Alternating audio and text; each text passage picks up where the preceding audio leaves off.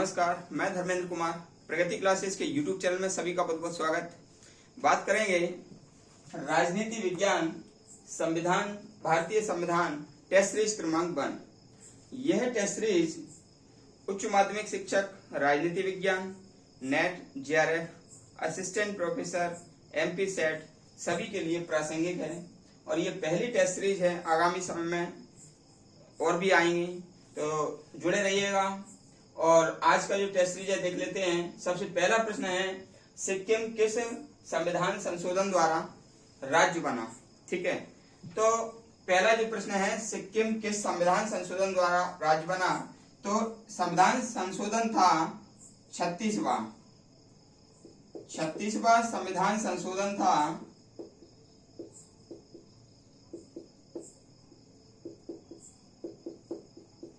जो 1975 में हुआ था। ठीक है, ये बात ध्यान रखना। 36वां संविधान संशोधन 1975 में हुआ था, जिसके तहत जो सिक्किम राज्य है वो 15 मई यानी कि 5वां महीना 1975 में ये 22वां राज्य सिक्किम 22वां राज्य बना। ठीक, तो ये हम कैसे याद रखेंगे? 15 और 5 75, 15 गुणित 5 करेंगे तो कितना आएगा? 75। 15, 5, 75, तो ये डेट याद हो जाएगी सिक्किम राज्य की। 15 मई 1975 में ये भारत का 22वां राज्य बना। संविधान संशोधन था 36वां संविधान संशोधन 1975। पहला क्वेश्चन क्लियर हुआ। दूसरा देखते हैं।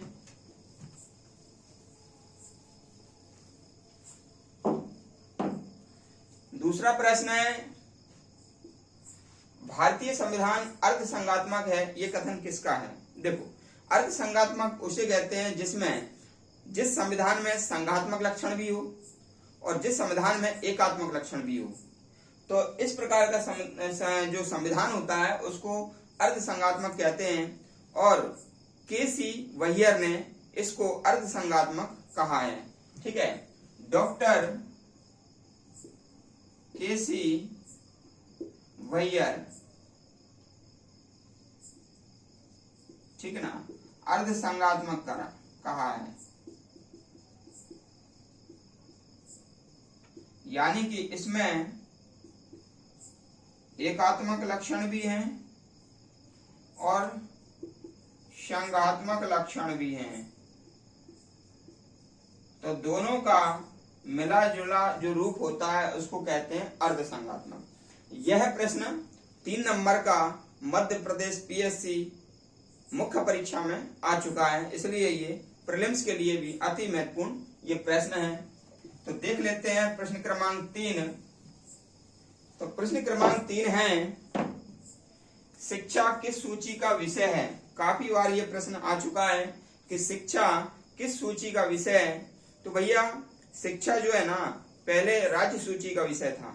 शिक्षा पहले राज्य सूची का विषय होता था, लेकिन 42वें संविधान संशोधन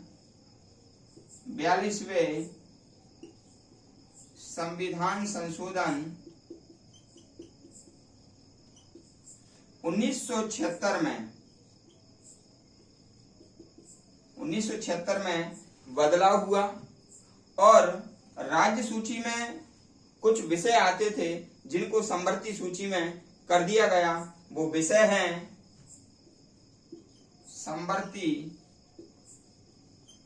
सूची के विषय। ठीक है, कौन कौन से विषय हैं? नंबर 1 शिक्षा। ठीक है, ये पहले राज्य सूची में आता था, अब समवर्ती सूची में इसको कर दिया गया। दूसरा है वन। तीसरा है वन्य जीव संरक्षण। ठीक है, चौथा है न्याय का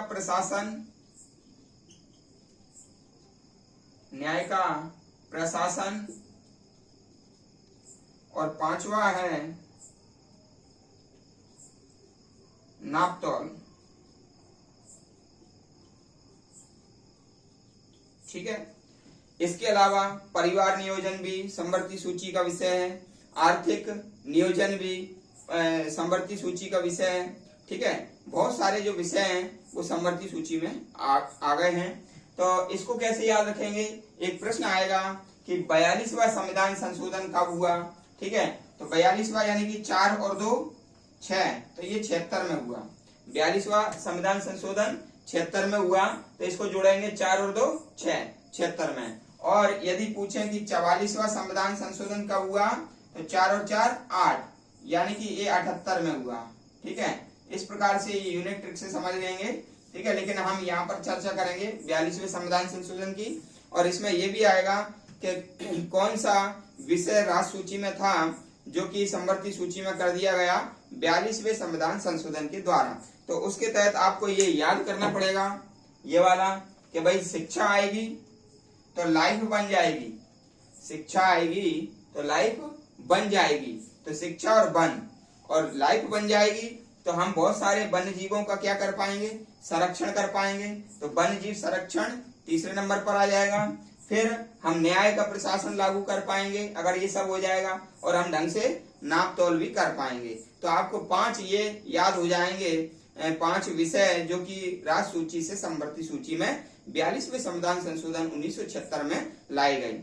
शिक्षा, वन, वन्य जीव संरक्षण और नापतोल और न्याय का प्रशासन, ये याद रख लेना। और एक चीज और बता देते हैं कि जब भारतीय संविधान लागू हुआ था 26 जनवरी 1950 में, उस समय जो संघ सूची थी, संघ सूची में 97 विषय थे, ठीक है। समवर्ती सूची में 47 विषय थे, और राज्य सूची में 66 विषय थे, ठीक है। तो ये कब थे, 26 जनवरी 1950 के समय, ठीक है। अब ये बात हमेशा याद रखना, ये प्रश्न बदलेगा नहीं, क्योंकि ये ट्रेडिशनल प्रश्न है। ये संविधान लागू होने के समय जो राष्ट्र सूची, समवर्ती सूची और संघ सूची के विषय हैं, ये बदलेगा नहीं। लेकिन इसलिए इसको आप अच्छे से याद कर लेना। और याद करने के लिए मैं बता देता हूँ आपको यूनिट ट्रिक, कि जहां पर सा आ जाए वहां पर सात जरूर आएगा, जहां पर सा आएगा वहां पर सात जरूर आएगा। और जो संघ है वो बड़ा होता है तो ये हो जाएगा 97, और समवर्ती ये छोटा होता है, मतलब छोटा होता तो ये यहाँ पर 47 आ जाएगा, ठीक है। अब राष्ट्र सूची में 66, तो देखो यहाँ पर भी 7 आ रहा है तो यहाँ पर भी 7 आना चाहिए, यहाँ पर 7 आ रहा है तो यहाँ पर 7, तो ये यूनिक ट्रिक है, इसको याद रख लेना। और एक प्रश्न ये भी आएगा कि वर्तमान में संघ सूची में कितने हैं, राष्ट्र सूची में कितने विषय हैं, समवर्ती सूची में कितने विषय हैं। तो इस प्रकार का जो प्रश्न है अभी मैं इसलिए नहीं बताऊंगा क्योंकि ये प्रासंगिक नहीं है। जब आपका एग्जाम होगा उस समय मोबाइल पर देख करके आप जाना, उस समय आपको परिवर्तन मिलेगा, क्योंकि अभी लोकसभा चुनाव आने वाले हैं तो उसमें नया मंत्रिमंडल बनेगा। फिर ये विषय है ना वो संघ सूची, राष्ट्र सूची के अनुसार बदले जाएंगे, ठीक है। इसलिए अभी ये प्रासंगिक नहीं है, जितना प्रासंगिक है उतना मैं आपको बता रहा हूं। अगला प्रश्न देख लेते हैं।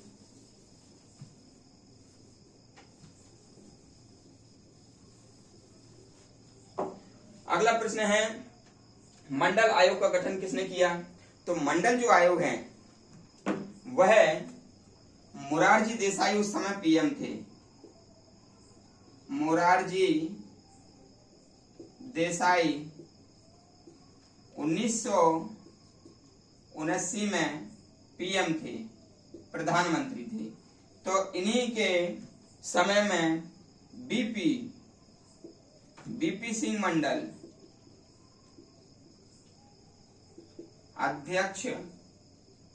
अध्यक्षता में मंडल आयोग का गठन किया गया, ठीक है। गठन हुआ था 1979 में और रिपोर्ट दी थी 1980 में, ठीक है। ये आप याद रखना। मंडल आयोग के अध्यक्ष कौन थे, बीपी सिंह यानी कि विश्व प्रताप सिंह। और ये कब गठित हुआ था, 1979 यानी कि 79। रिपोर्ट कब दी गई थी, 1980 में दी गई थी। और किनका काल था, मोरारजी देसाई उस समय पीएम थे, उनका काल था, ठीक है। अब इसमें एक चीज और, ये किस लिए लाया गया था?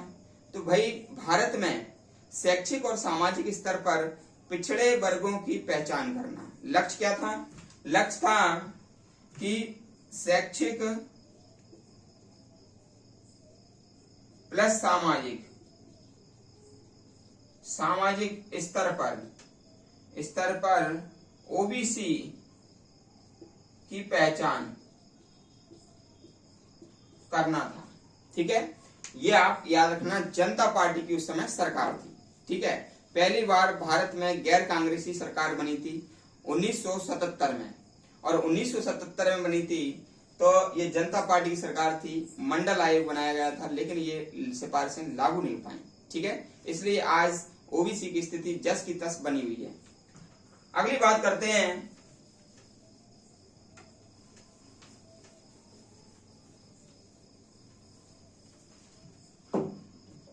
अगला है हमारा लिखित संविधान की अवधारणा सर्वप्रथम कहां जन्म लिया भाई। ठीक है ना, तो एक ये जो लिखित संविधान है ना, ठीक है, तो हमको पता है कि जो संयुक्त राज्य अमेरिका है, ठीक है, यूएसए यानी कि संयुक्त राज्य अमेरिका, इसमें सर्वप्रथम लिखित संविधान बनाया गया था। ठीक है, और ये बनाया गया था 17 सितंबर 1787। ठीक है, और ये पुष्टि हुई थी 1788 में, और ये लागू हुआ था 4 मार्च 1789 में। हमेशा ध्यान रखना 17 सितंबर को मोदी जी का जन्म दिवस भी पड़ता है। 17 सितंबर को राष्ट्रीय बेरोजगारी दिवस मनाते हैं। 17 सितंबर को ईवी रामास्वामी पेरियार का जन्म दिवस भी पड़ता है। तो 17 सितंबर 1787 में ये मसौदा तैयार हुआ था, अमेरिकी संविधान का मसौदा तैयार हुआ था, यानी कि संविधान बना था। पुष्टि कब हुई थी इसकी? 88 में, और 89 में वो लागू हो गया था। तो भाई पहला लिखित संविधान था ये। अगर क्वेश्चन आता है कि किस देश का, कौन सा देश है जो संविधान की जननी कहा जाता है, तो ब्रिटेन जो है ना संविधान की जननी कहा जाता है। ठीक है, अगला है, अगला प्रश्न है हमारा, भारत में लोकपाल और लोकायुक्त की स्थापना का सुझाव किसने दिया? देखो, भारत में भ्रष्टाचार चरम पर हो गया था, और भ्रष्टाचार चरम पर होने के लिए मंत्री और अधिकारी से लेकर के आम जनता भी दोषी थी। ऐसे में जो प्रशासनिक सुधार आयोग है ARC, उसने सिफारिश दी कि भारत में लोकपाल और राज्यों में लोकपाल जैसी संस्था होना चाहिए, और इस संस्था के अंतर्गत प्रधानमंत्री भी दायरे में आना चाहिए, राज्य के मुख्यमंत्री भी दायरे में आना चाहिए, प्रशासनिक अधिकारी भी दायरे में आना चाहिए। ठीक है, क्योंकि जनता पर तो शिकंजा कसा जा सकता है अधिकारियों के द्वारा, और नेता और अधिकारी पर कौन शिकंजा कसेगा? तो जो प्रशासनिक सुधार आयोग था, ठीक है ना, ARC एडमिनिस्ट्रेशन रिफॉर्म कमीशन, उसने सिफारिश की थी कि लोकपाल और लोकायुक्त जैसी संस्था बनाई जाए। ठीक है, तो भैया जो ARC था, ARC यानी कि प्रशासनिक सुधार आयोग, ठीक है ना, जो प्रथम प्रशासनिक सुधार आयोग वह बना था 1966 में, और इसका कार्यकाल रहा था 70 तक। और जो द्वितीय ARC था वो थे वीरप्पा मोइली, उसके अध्यक्ष कौन थे?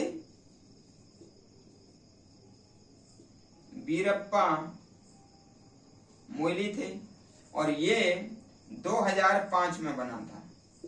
ठीक है, और इसके अध्यक्ष थे कौन? ये मोरारजी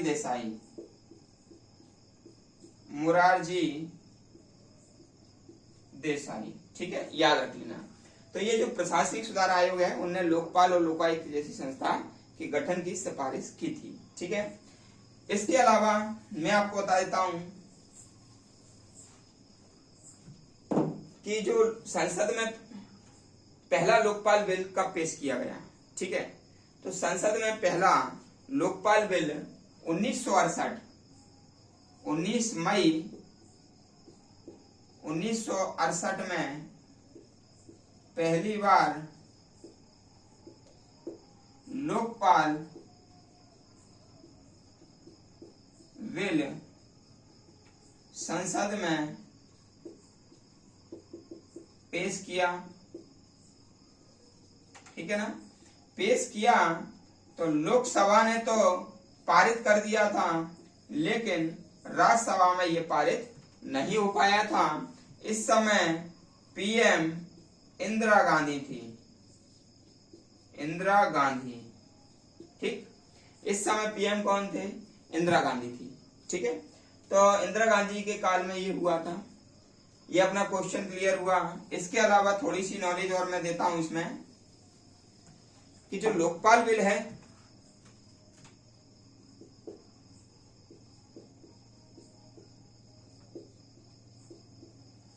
दो 2013 में फिर से लाया गया और ये 2013 में 17 दिसंबर 2013 को ये पारित हुआ लोकसभा में और 18 दिसंबर 2013 में, सॉरी ये राज्यसभा में हुआ था। ये किस में हुआ था?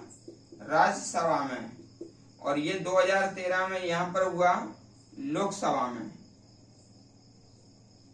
ठीक है ना, और इसके बाद राष्ट्रपति ने तुरंत इसको स्वीकृति दे दी। तो फिर ये 5.25 साल बाद 23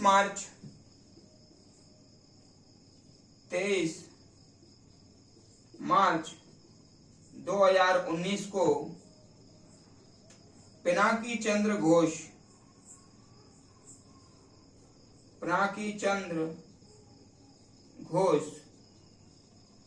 को प्रथम लोकपाल बनाया गया। भारत का प्रथम लोकपाल पिनाकी चंद्र घोष, न्यायमूर्ति पिनाकी चंद्र घोष को बनाया गया। लोकपाल का जो कार्यकाल होता है वो 5 वर्ष या 70 वर्ष तक, जो भी पहले हो जाए वो रहता है, या तो उम्र 70 वर्ष हो जाए या फिर 5 वर्ष उनका कार्यकाल हो जाए। तो इस प्रकार से ये हमारा क्वेश्चन नंबर 6 कंप्लीट हुआ और 7 भी कंप्लीट हो गया। अब प्रश्न नंबर 8 आता है। तो प्रश्न नंबर 8 में स्थानीय स्वशासन के जनक पूछा गया है। स्थानीय स्वशासन के जो जनक हैं लॉर्ड रिपन को कहते हैं, लॉर्ड रिपन को कहा जाता है। और इन्हीं के समय में प्रथम नियमित दशकीय जनगणना हुई। प्रथम नियमित दशकीय जनगणना हुई इनके समय में 1881 में। ठीक है, और इन्हें स्थानीय स्वशासन का जनक भी कहा जाता है। प्रश्न नंबर 9 देख लेते हैं। नगर का प्रथम नागरिक कौन होता है? तो नगर का जो प्रथम नागरिक होता है वह होता है मेयर। ठीक है, कौन होता है? मेयर।